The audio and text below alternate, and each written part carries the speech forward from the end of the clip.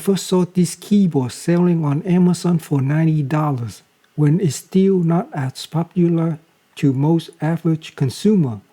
Now, as it turned out, it's gaining its popularity. More and more people are posting this on YouTube for viewers to see.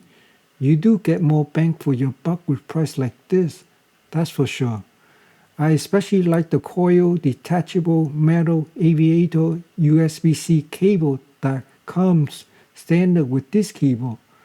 By the way, this video is not sponsored by RoyalAxe, nor did they contact me. I purchased this with my own money.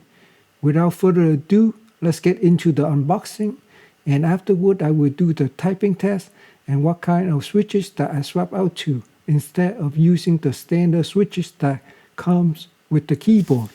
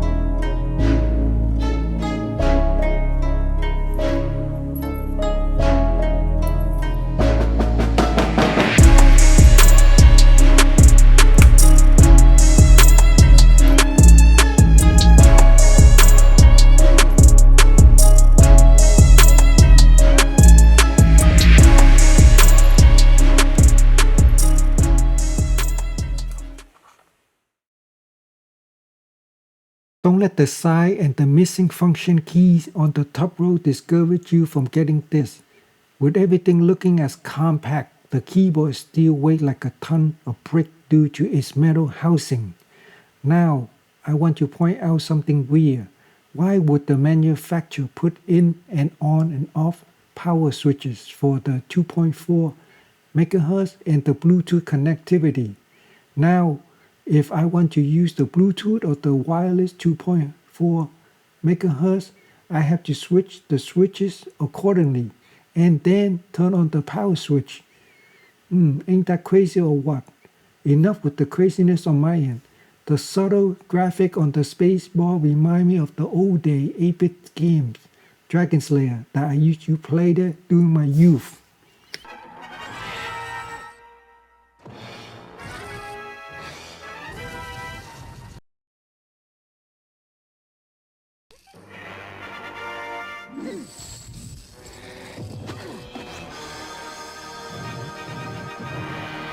All in all, the attractiveness of this keyboard is what sold me. Even though no mods needed out of the box, I still wanted to swap out the switches to something stiff when typing.